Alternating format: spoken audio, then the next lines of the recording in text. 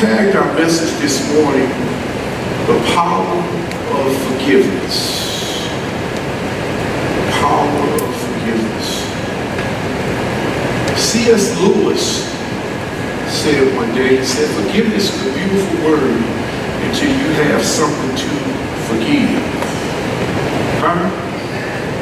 If you spend any time in church, you realize the importance of forgiveness. You know that it's a biblical concept. Nothing I come up with. You may even have been warned about the physical, emotional, spiritual consequences of unforgiveness. We are so grateful that we worship a God that is willing to take on human form and die an excruciating death so that our sins could be forgiven. And I don't know if you know anything about that, but his death was devastating. I don't think none of us could actually go through the pain and excruciating torture that he went through, of ripping his body apart, digging down in his skull with thorns and piercing him in the side, and ripping his back out that my sins may be forgiven. And I just wonder, would any of y'all do that for me? Would you sacrifice yourself, or would you sacrifice your son that my sins would be forgiven? Not yours, but mine. Would any of you be willing to do that? But he did it for that we may have forgiveness. But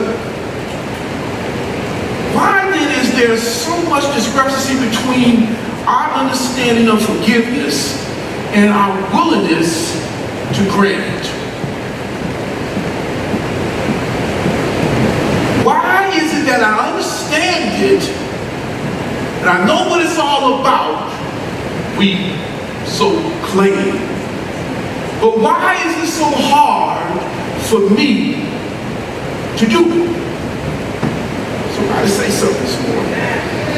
See, the issue with forgiveness touches us each and every day occasionally. It's a major crisis that forces us to choose between forgiveness and unforgiveness, unfaithful spouse, unwanted divorce, unfairly termination on my job, or sexual abuse when I experienced as a child, slanderous rumors that cost me my reputation.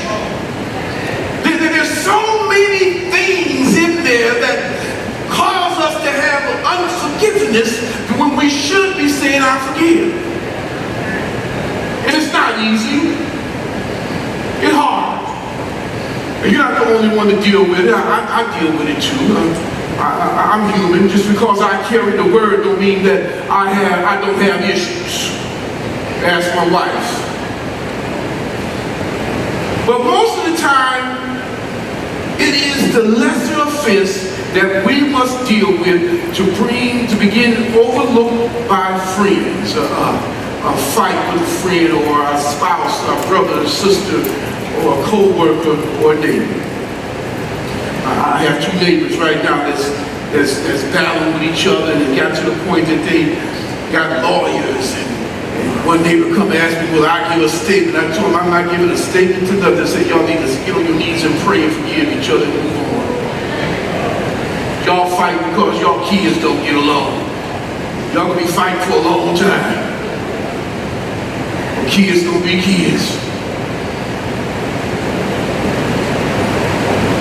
Regardless of the size of the offense, forgiveness is not usually the preferred response.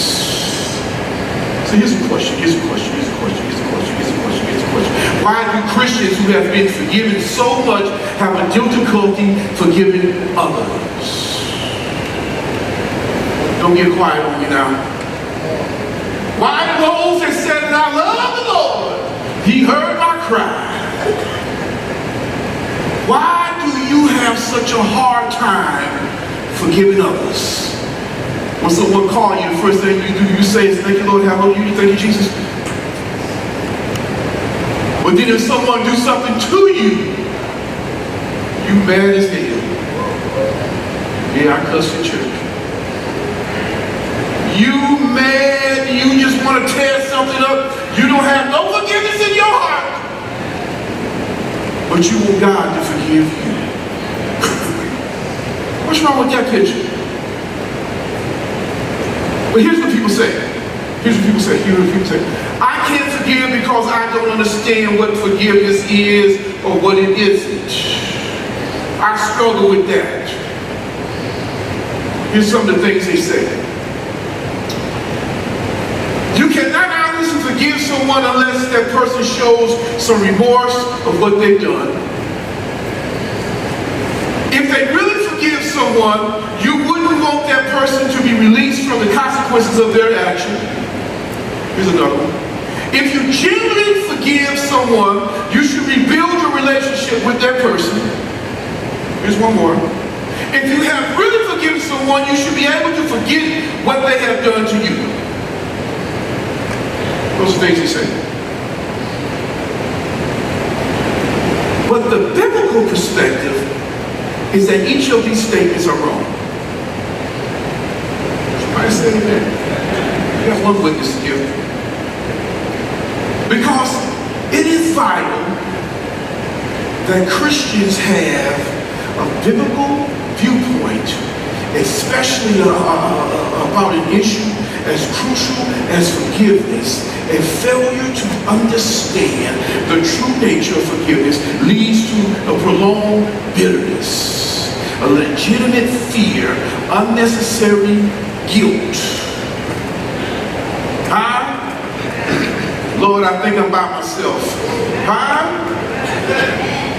And prevents us from receiving God's, listen to this, prevents us from receiving God's blessings and favor. Walk around here like you just smell skunk all week and your nose all turned up and you can't forgive no one, and God said, well, wait a minute, you blocking what I got for you over here. You blocking this favor that I want to show you because you won't release that forgiveness for John over here, what he done to you, and say, I'm sorry, and it's okay. We block our blessings. It's just like me standing here with this podium in front of me, between me and you. This is the barrier. And you're blocking it by not being able to say, I have forgiven you. Hey, you remember as a kid we used to get on the seesaw? It's up and down. What happens when your partner decides suddenly to jump off? Woo! Bam! Woo!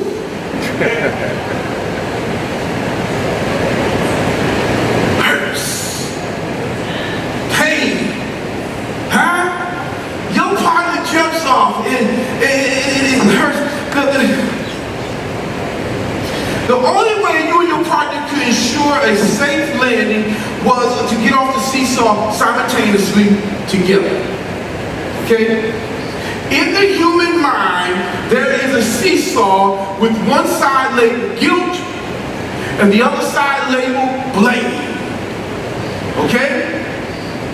Alright, y'all know where I'm going? Somebody say amen. And the only way to keep the seesaw in balance is to make sure you have enough blame to balance your guilt. Amen?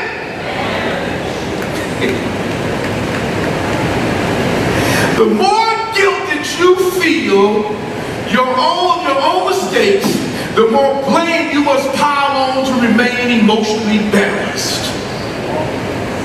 Somebody shot this morning. But what happens if you suddenly get rid of the blame toward others through forgiveness, without also removing your guilt? what happens? You will emotionally crash. Emotionally crash. Our sense of preservation keeps us from forgiving. We don't want to grant forgiveness and be left holding the bag of personal guilt. So in reality, it is our guilt for our own personal failures in our relationship that prohibit us from forgiving others. Somebody say amen. And if we choose to forgive, we will attach blame to someone else to keep the emotional balance. You always gotta blame somebody else. I forgive you, but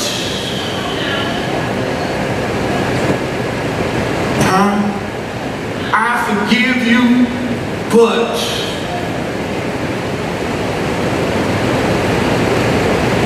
one reason we hesitate to forgive people is that it is much easier and safer to blame others for our problems than to blame the most logical culprit, ourselves.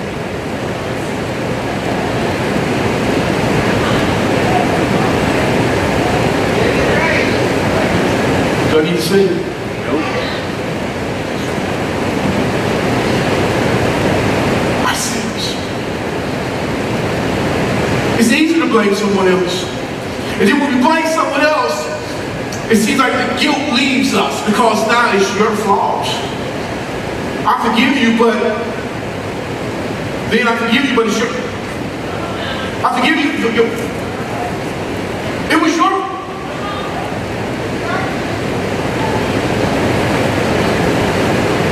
If that would have happened, if you wouldn't have. It's your. It's always someone else's fault. It's always someone else's fault.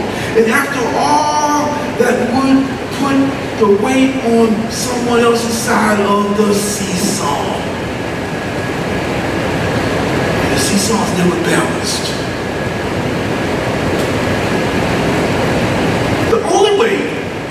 The only way the seesaw, or get off the seesaw safely is to remove the guilt and stop blaming others.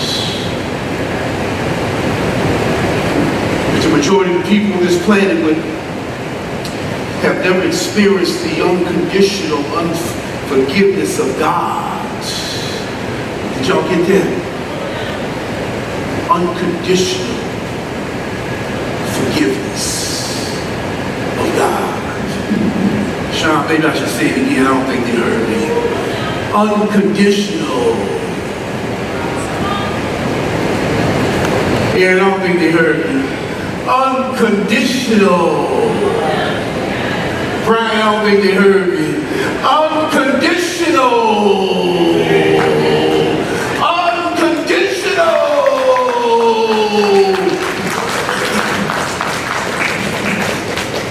Forgiveness. How many times is that? Do you have any mathematicians in the house? How many times is that? Unconditional.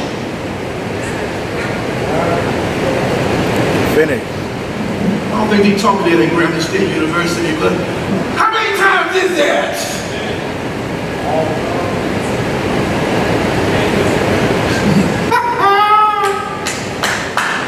Unconditional forgiveness. Unconditional. There was no but in there. There's no your fault in there. It is unconditional love and forgiveness. But check this out. Check this out. You can't give what you don't have. And the only way that you can forgive is that you've been forgiven.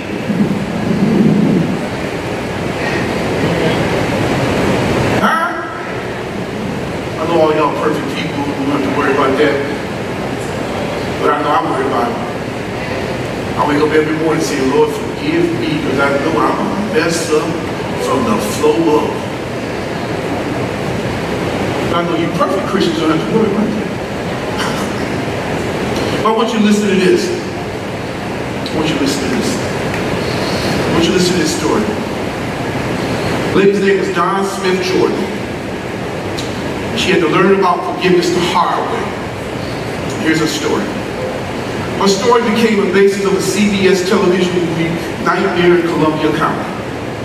In May of 31st of 1985, her 17-year-old sister, Sherry Smith, was abducted while walking from the car to the mailbox.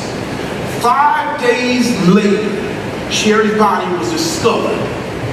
Soon afterwards, Smith family received a letter in the mail that had been written by Sherry. The kidnapper had allowed her to write this letter before he murdered her and mailed it to the house. Sherry called the letter my last will and a testament. Here's what Sherry wrote. Here's what she wrote. I love you all so much.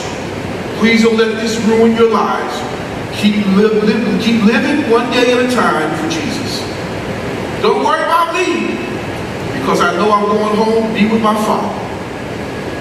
17 years old. Since the time Sherry and Don were little girls, their father used to put scriptures on the mirror for them to memorize. And Sherry recalled one of those scriptures in her letter. She wrote Romans, the 8th chapter and the 28th verse. All things work together for the good of those who love God. And at the end she said, all my love, Sherry. But the nightmare didn't end there. The family received calls from this guy. And he was telling about all the gruesome things that he did to her. And what he did her before he killed her. Soon he was caught. He received 2 death sentences. How you kill somebody twice? 2 death sentences. But it didn't end there. It didn't end there. He goes to jail for a period of time. Don goes to the mailbox, there's a letter. He says, I'm writing this letter to let you know that I'll become to be a Christian. And can you and your family find it in your heart? Somebody help me. To forgive me.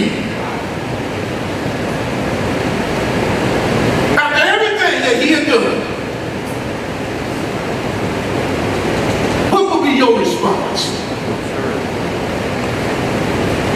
How would you respond to that letter?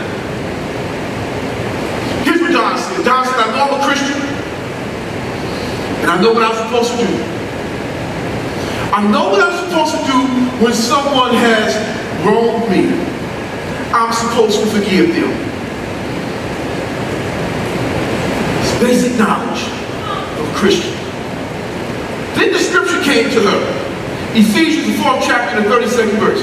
Be kind and compassionate to one another, forgiving each other, just as Christ, the Lord, has forgiven you. Would that have been your response?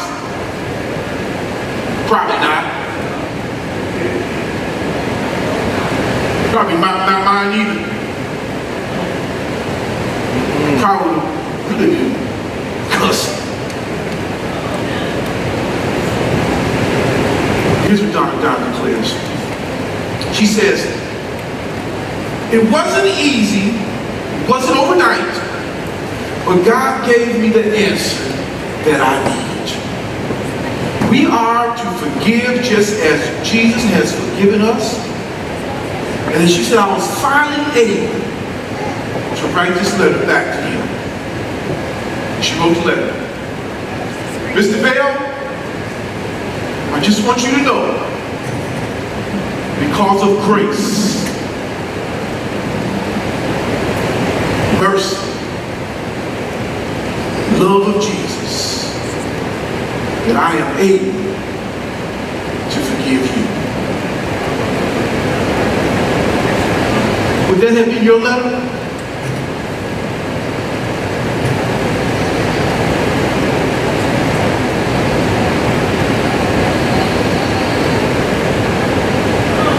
Would that have been your letter? When we understand that the same evil that motivated our offender to hurt us lives as well in us.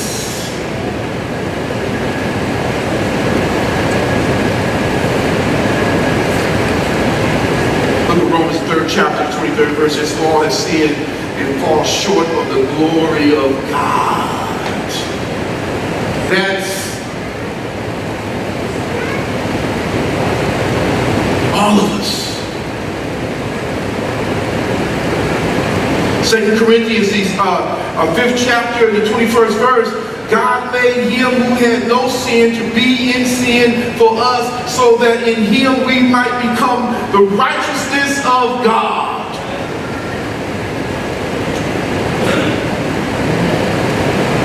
Here's some good news.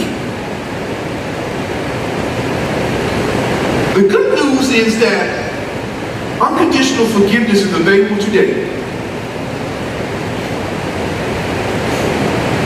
Somebody say amen. Because it's not like we don't need it.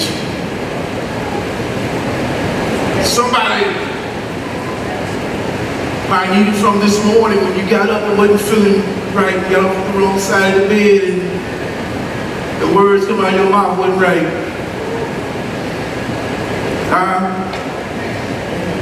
Go back and say, please forgive me. When you went in to get your coffee this morning and that hostess had an attitude to you, so caused you to have an attitude,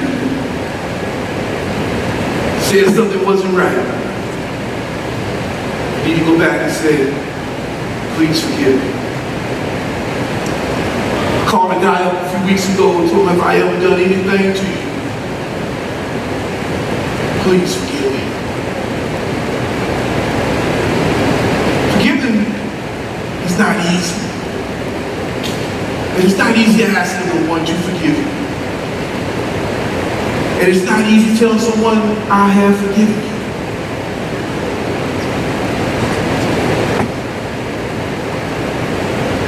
But if you look at the book of Matthew,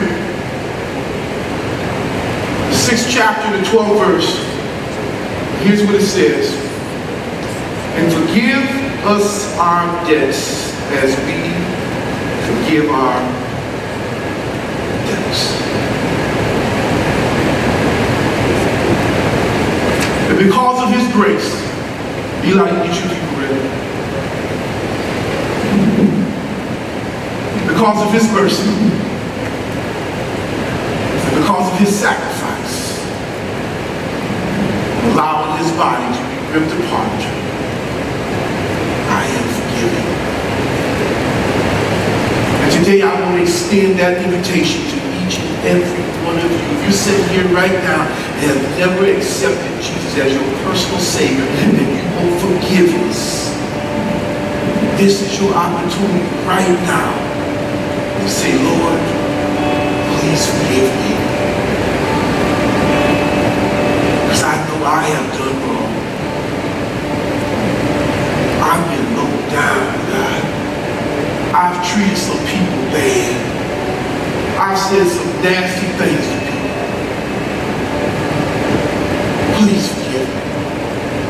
And if you can find in your heart to go back to that person, just say, forgive me. You don't have to explain nothing. Just say, forgive me.